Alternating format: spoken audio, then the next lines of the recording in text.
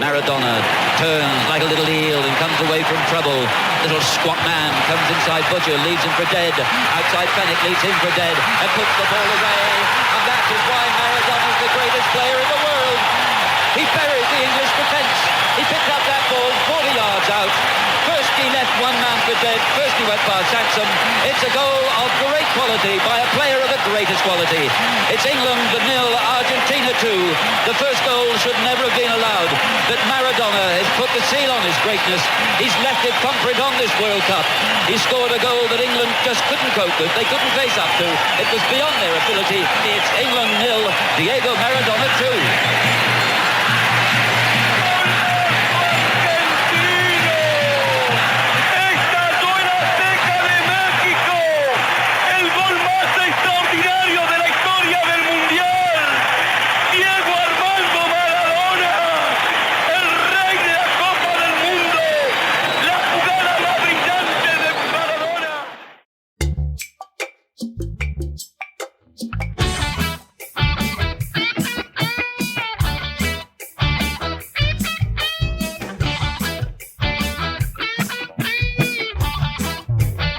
Welcome to this special edition, Chronicles on the Fly, in memory of the great Diego Armando Maradona.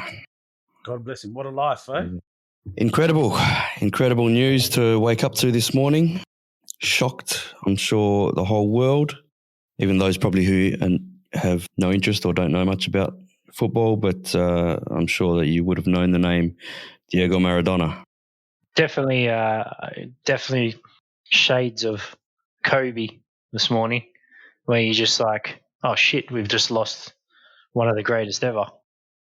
No disrespect to Kobe and those, of his era and caliber, but for me, Diego Maradona is the greatest footballer of all time, and because of that, the greatest sportsman of all time. And that's not even hyperbole, all right? That's just plain fact for me.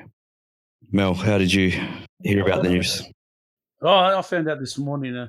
I got the message on our little chat there from your brother, and this morning at 3:00, mind you, when I got up, for some because I'd broken sleep, and I saw the message and was like, wow. And I just did not get off, and I was just doing a bit of searching online on YouTube and brought back some great memories. Very sad, very sad. How did you hear about it first thing, Dom? I had a mate. I just had some mates message. Maradona died this morning, and just started some they screenshotted some Instagram photos and started putting it up. So yeah, because normally we chat about in the morning. We chat about what happened in the Champions League or something like that, and then obviously what happened. But yeah, I don't think anyone can really. I don't think you'll find many soccer fans who wouldn't have been saddened today. That's for sure.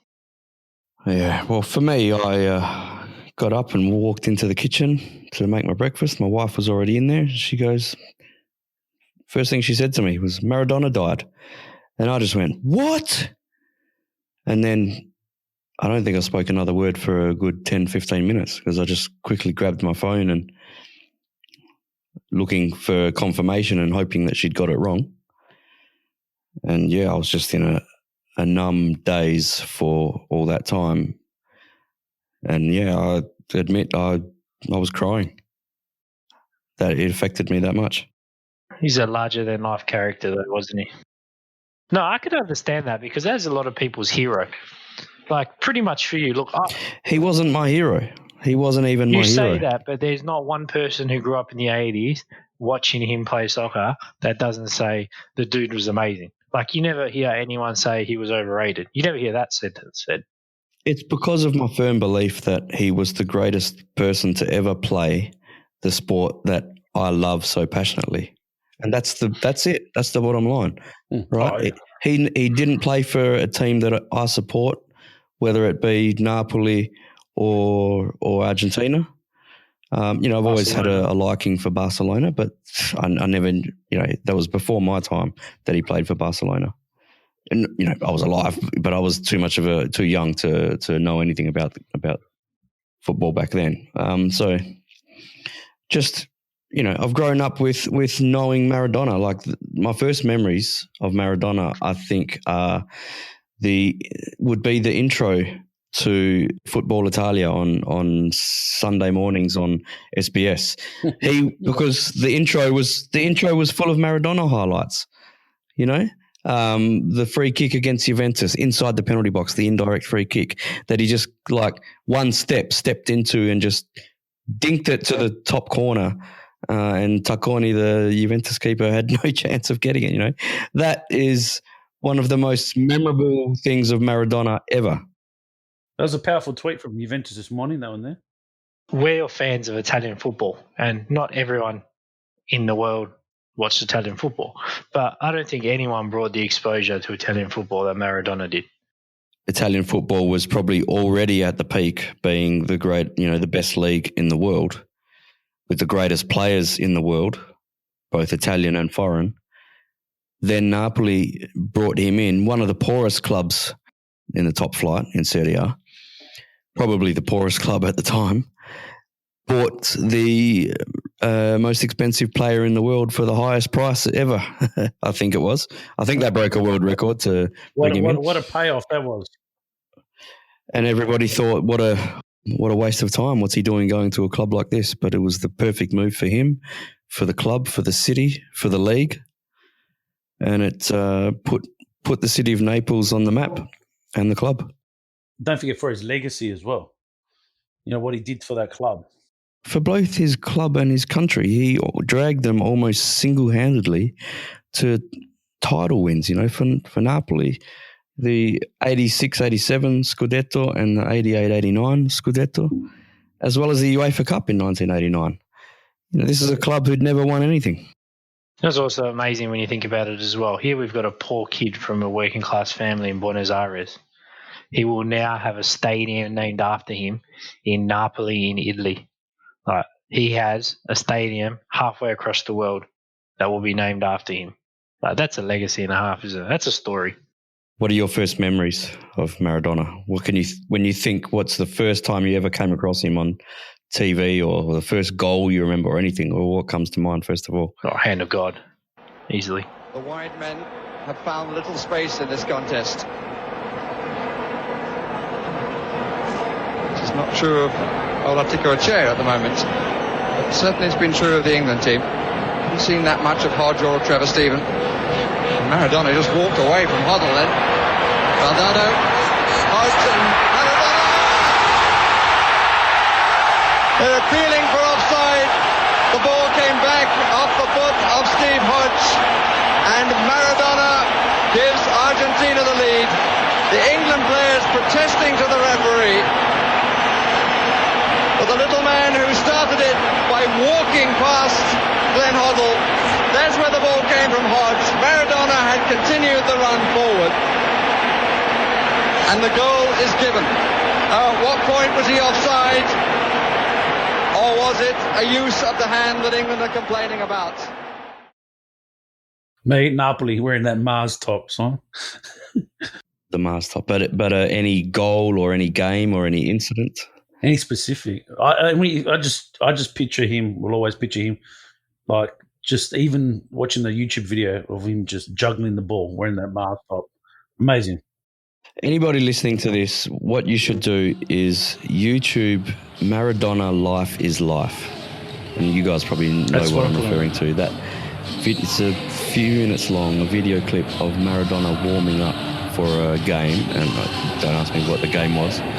But he's just warming up, and the stadium is speakers are playing this song called Life is Life.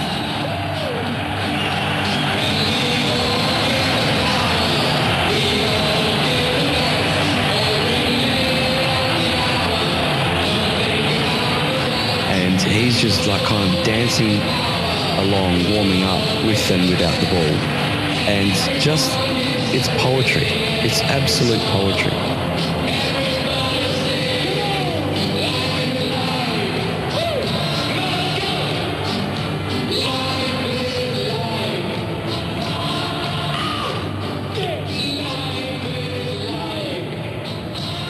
And that is the essence of Maradona, along with other clips of things of what he's done. Like, okay, you mentioned the hand of God.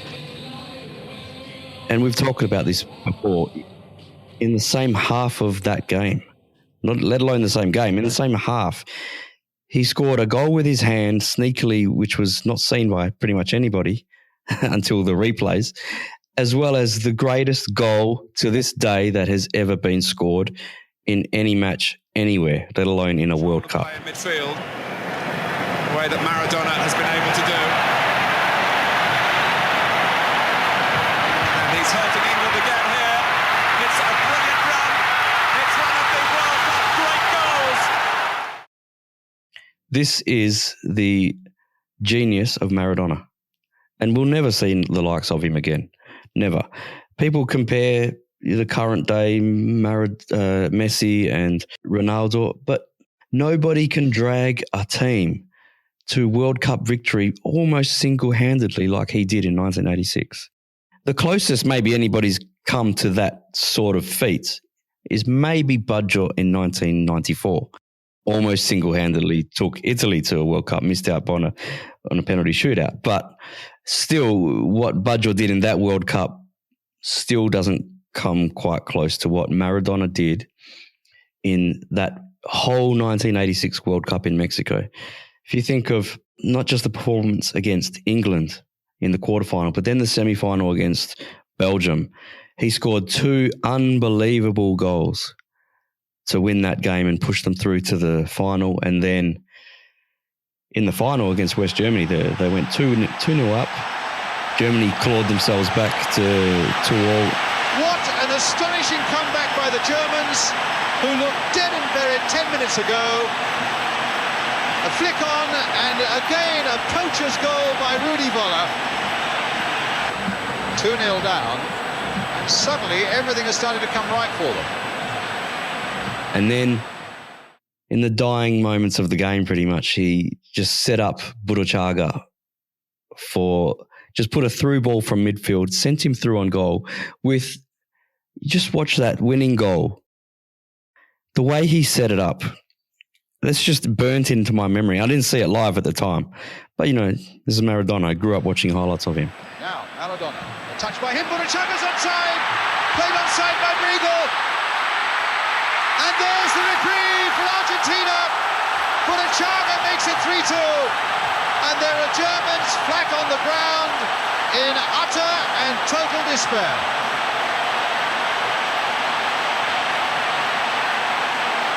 Played onside by Briegel. Kept his head superbly as Schumacher came out. And Argentina are back in the lead. Buruchaga. A turn and a little half volley pass through the whole defence puts Buruchaga one-on-one with the goalkeeper, and he puts it in, and that's it. Maradona pretty much just won the World Cup with that pass. I don't think we'll ever see a performance in a tournament like that ever again. We talk about Maradona's dribbling ability, but his first touch when he played the give and go with Buruchaga was unbelievable. The whole place becomes supercharged every time he gets the ball and makes those diving little runs. They're leading by 3 goals to 2.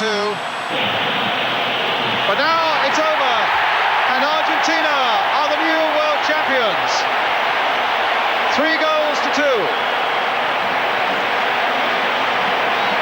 Stewards are having a hopeless task keeping people off the pitch.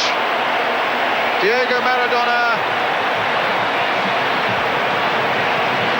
And they're jumping around the Argentina players now in sheer delight and in sheer relief as well, you can be sure of that. They thought they'd blown it a few minutes ago, and Buruchaga was through to save it for them. A lovely pass from Maradona. It means, of course, that Maradona finishes the World Cup with 5 goals. Do you know what I think? Like, we talk about, we often talk about old footballers. So, footballers in modern era that would have done well in olden days. We have that. We always have that discussion about certain players, like, he's an old footballer, you know what I'm saying? I feel like Maradona is quite the opposite. He was a modern footballer in old times. So, and everything. And I mean that in persona, in style, in flair, in skill. Like, he would have fit in today's game. and he still would have fit in today's game.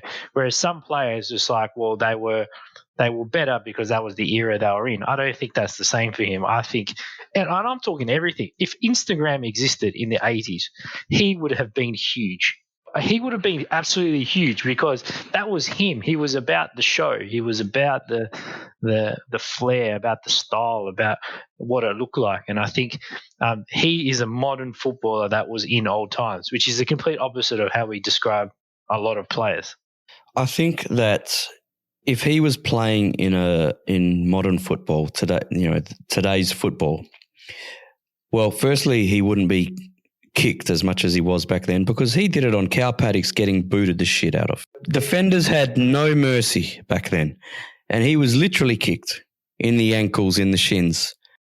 Today, you can't get away with that as a defender, and the quality of defending is also not as good. I think that he would thrive more, okay, because of that. However, then you've got to think about, would he fit into the system that is played these days? And now there's not as much leeway given for the flary player, right? There are exceptions, and Maradona would be an exception, of course. Like even during Budgel's time, he come up against coaches who didn't want him because they wanted more of a system rather than a structure built around him being the central figure, the playmaker. I think there would be that element of resistance to Maradona these days. But I think overall he would win out. His absolute flair and skill would still win out and shine even more. You go back and look at like World Cups along the way and you look at teams inside the World Cups, right? I would say that there was – well, I don't know if that's just more of people just getting better. Like that's always the case. Like you go to even leagues now, the shittest player in one of the top leagues is still a very good player, even though he's the shittest player. That's just what it is. There's no more people that are just making up numbers. That doesn't exist anymore. Well, it's a professional league compared to what it used to be. But that's what I'm saying as well. So you don't have the ability. Like, look, I don't think defenders are worse now. I think defenders, it's changed. It's no longer you just have to worry about man on man, one guy. That's what it used to be like. Now it's system-based. You have to understand how it works, or this who's playing where. You got to dictate. It's different style, but that's just progression of a game. That's just different. But like you were saying, I still think he would work because anyone who can hold the ball and dribble and keep it on their feet is a valuable asset in any game. Absolutely, yeah. I disagree. I think the art of defending has definitely declined. I think it's different defending now. I mean, you don't have defenders these days of the caliber of Baresi, Maldini, or even like I mean, I'm thinking mainly of Italian ones, obviously, but even like I don't know, Andy Bremer, German. Who are defenders of this quality these days? You got maybe Van Dijk's pretty good, or De Ligt is coming up, but they're still like when you compare age for age. Yesteryear was far better in terms of quality of defenders. I would agree to disagree. I think defending's harder now than it ever been. The only thing that's harder is, as a striker, you're never offside anymore. But also you don't have to worry about playing the offside trap, so you don't have to think as much either. Well, I just think now when it comes to defending, so most goals are scored from an error. Most goals are scored from an error. I'm pretty sure there's some statistic that shows that somewhere along the line there's an error that's caused it, right? Now, mistakes were easier to cover. Back in the day, mistakes were easier to cover. You make a mistake now, people are lethal, man. Like you can't recover in time. Like the amount of times you see someone make a mistake, and especially a keeper. If a keeper makes a mistake, it's almost a guaranteed goal. And that's just mistakes. You can't afford them anymore. And the guys they pick now and the best defenders are just the ones that make the least mistakes. That's all they are. They make the least mistakes. Yeah, maybe. Because there'd be often times when you would shank a clearance. Like how often back in the 90s would you shank a clearance and it'd be fine? And I used to see it all the time. Yeah, mate, you can't do it anymore. They want you to play out from the back. You can't make those mistakes. So it's all about the possession and holding on and creating something now. So it's just more than just defending. You're expected to be able to start from the back and move forward. But that's That's evolutionary game, bro. sport. This is evolution. That's always going to happen. And then probably we'll look in 30 years and say, well, back then it was better, this was better, or this guy was doing this. Who knows? That might be the case, but that's just progression. This goes back to whether we think rules should change or not. Some things should, some things shouldn't, but that's just personal preference. It's the way it is. Other memories of Diego playing against Italy, Italia 90? I'll try and forget that one, mate. Well. I think the Barcelona fight's always one that sticks in my mind. I do like watching highlights of that against, was it Athletic Bilbao, I think it was? Yeah, whatever it was, and he just skitzes it and goes psycho. Yeah, I must admit, I do enjoy watching that as well. That was an occasion where he was being belted, and I think he just had enough. He was getting hacked. His Barcelona career got cut short because they had chopped him a year or so before.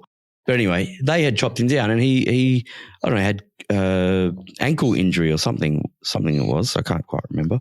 So he was almost a year out of the game. Then he came back and had that. I think it was the Spanish Cup final that they were playing against Athletic Bilbao, and he just went hell for leather, kicking the crap out of them because he wanted to get his own back. And that was the last time he played for Barcelona. He went out on bad terms, and they sent him off to Napoli. Larger than life character, definitely. Have you seen the Maradona movie that was made, I think, last year or a couple of years ago? Nah, still haven't watched it. Okay, well, you've got Amazon. It's on Amazon Prime. So yeah, I got Amazon. I'll jump on there and have a look. Very good, and footage of that you wouldn't have seen before from when he was at Napoli and when he was being introduced to this, a full stadium. When he went to Napoli, 70 or so thousand people came just to greet him, to welcome him. It wasn't even a game. It was just an announcement of here I am. 70,000 people in the stands to watch him come up the tunnel, juggle the ball a few times, boot it into the crowd, wave to the crowd and walk off. Amazing. What a city. I get that though, because but not like there's still a lot of division there as well as it is the north and the south in Italy. So I can understand him going to Napoli is a very us versus them. Like this is us. This is what we've become now. We are now a beast. You take us on, and man, it obviously like they're changing the name of the stadium to his name. What does that tell you? It still has an effect. It's 30 years later, and it's still going to change his name. Yeah, I was listening to the radio this morning. And they're talking about what's your memory of Talkback Radio. What's your memory of Diego? What station are we talking about here? It was 6PR this morning. They're talking about Diego and how what have you related to Diego? And the people were talking what do you relate to Diego? And the guy goes, the guy said he was in Naples in 1990 at the World Cup, and he was at a restaurant. And it's being served by the waiter. And the guy goes, "Oh, you ready for the game tonight? You going for Italy?" He goes, No, I'm going for Diego. The waiter said this. The waiter, yeah. Well, this is a common thing. And, this is one of the themes in the Maradona movie, which you absolutely have to watch. He split Napoli in half, in a way, because when they come up to the semi-final, being played in Naples of all places, God knows how that happened, Italy against Argentina, he played the media perfectly by saying in the media to the Napoli fans, Italy never has your back. You know what I mean? They don't regard Naples as Italian until they need you now because, Italy's playing in Napoli against us. So that's, more or less what he said, because I don't know why. It's just some sort of racism that goes on over there. Towards North versus South rivalry still exists. Yeah, but really concentrated against Naples, and maybe it comes down to the general poverty in the area, the Camorra. It's also, isn't it the biggest city? It would be one of the biggest cities in the south. Well, it'd be the biggest city in the south of Italy, but it's probably up there with being one of the biggest cities in Italy too. But in terms of the south, that would be really, what's the next one? Palermo. Somewhere in Sicily, it'd probably be Palermo. It'd be Palermo, I'd say. It'd be the next one. Yep. Bari will be pretty big. I think Palermo's quite big. They're the biggest city without a team in the Serie A, I'm pretty sure, Palermo. I mean, yeah, it's an amazing story. You know, you got the star players now only play at star clubs, right? Messi's only been at Barcelona. Ronaldo's, you know, Manchester United, Real Madrid, Juventus. Just there's no equivalent of a star player since Maradona. I can't think of any who've gone to such a lowly club. Well, Baggio, okay, because Baggio went to, you know, places like Bologna, Brescia, where he still deserved to be in the national team. You know, dragging those clubs along, those lowly clubs, and the reason was because he didn't fit into the system of the, you know, Juventus, Inter Milan clubs, you know, the top clubs where he should have been playing. He's probably Argentina's Shane Warne. He can do anything bad, right? And everyone will still love him. Well, he has done far and much worse. He's exactly the same. That's what I'm saying. He can do whatever he wants, and he's still loved. Look at 1978. You know, the World Cup in Argentina. I think he was the last player cut before the final squad was picked. You know, and I think he always had a grudge that he wasn't picked for that tournament. But I think he was considered too young and inexperienced. How old would he have been then? 18. Well, because he was born in 1960. Yep. Probably 17 because he was born October 30th. And that would obviously the World Cup was around June, July. So he hadn't even turned 18 yet. So he would have been 17 and a half playing at a home World Cup. Everyone knew that he was the up-and-coming star, but it was just, you know, a year or two too soon for him, I suppose.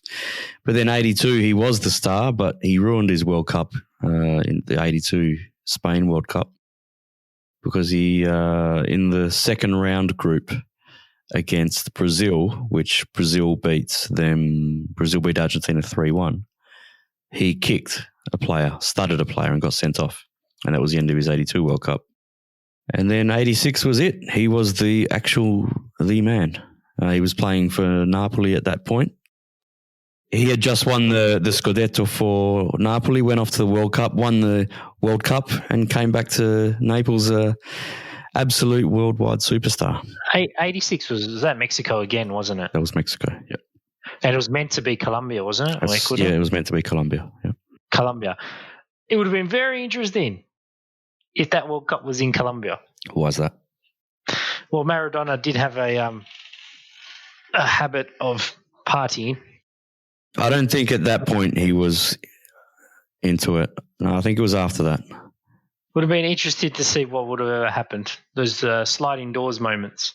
If it's not in Mexico and then they played it. Because in Mexico, they love him too. He went back and coached in Mexico.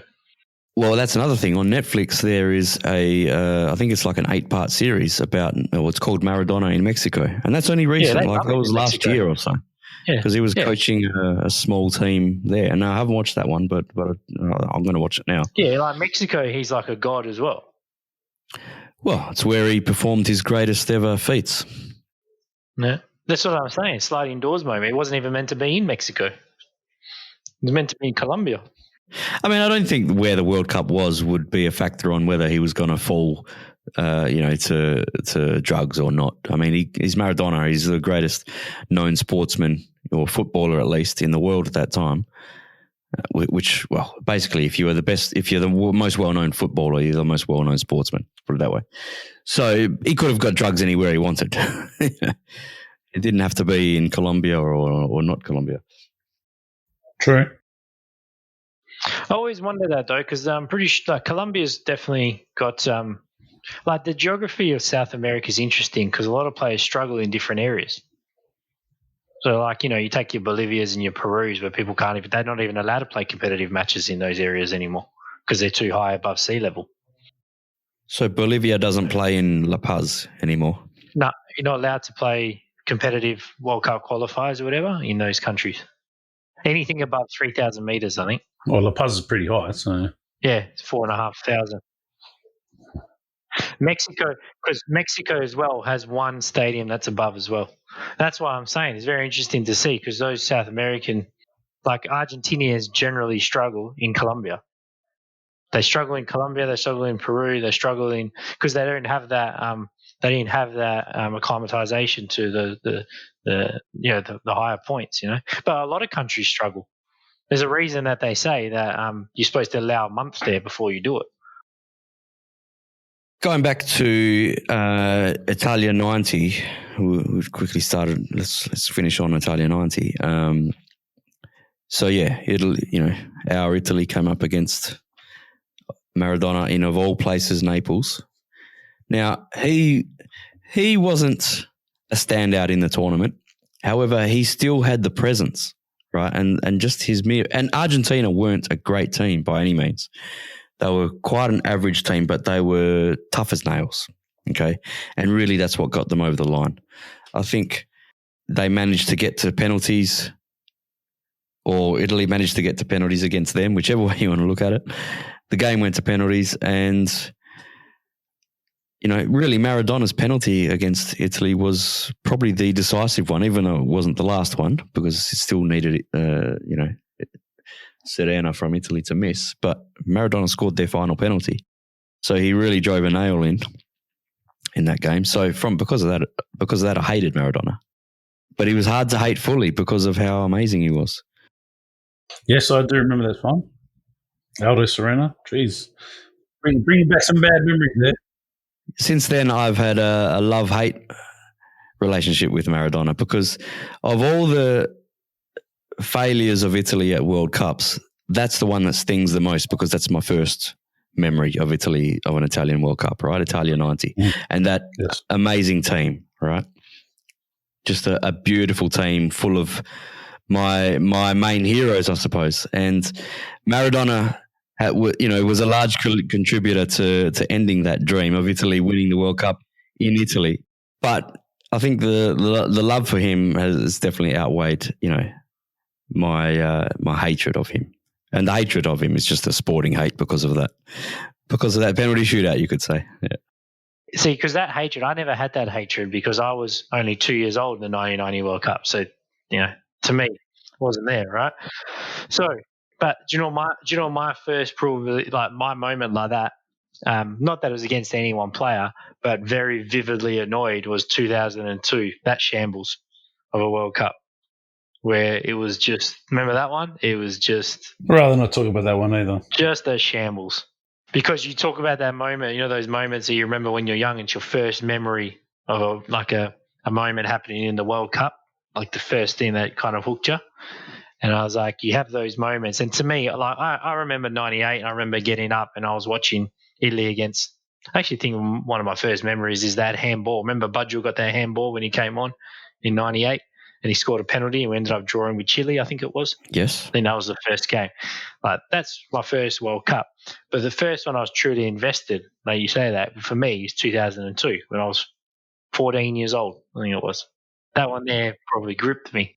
Like I say, I understand how 1990 has that effect on you because you would have been, 12 years old? All right. Final word on the great Diego Maradona? It was a sad day. But I suppose we are lucky that we have that much. We have enough footage that I don't think he'll ever be forgotten. Mel? Well, I'd say they say heroes get remembered, but legends never die, and I think that's quite fitting for him because his legacy will never die. He will go down as one of the greatest. I think he'll still be the greatest. When you always talk about the greatest footballer, well, I'd say Maradona. And if you talk about the greatest Formula One driver, I'd say Ayrton Senna. The greatest basketballer, Michael Jordan. The greatest boxer, Muhammad Ali. And that's just how it is. Okay, I don't think there's much to dispute there. I'm looking forward to seeing what tribute they do Napoli's next game, which is at home against my Roma of all teams. So that will be very interesting. It's unfortunate there's not going to be any crowd there. Did they did a tribute the other this morning for him for the Champions League? I think Napoli plays tonight. No. For the other team, I think the other team did 1 minute silence. That was just 1 minute silence. That's all. Yeah. So But on the man himself, a flawed genius who changed the game, who dragged the game along with him. He dragged the teams along that he played for with him to the highest of heights. And I don't think we will ever see the likes of him again. There is no comparison to be made. Diego Maradona was, is, and always will be the greatest footballer and sportsman ever to live. So we'll go out on that. Yep. All right, guys. Good word, Simon. See you, fellas. Batista para Enrique cambia para el vasco, allá vino para el Articochea que lo tiene a Diego como número 10, a Siusti como número 9, a Burruchaga de 8 y a Valdano de 7, la pelota va para Maradona, Maradona puede tocar para Enrique, siempre Maradona hace un drible, se va entre 3, siempre Diego, genial, tocó para Valdano, entró Maradona, con el 2 y con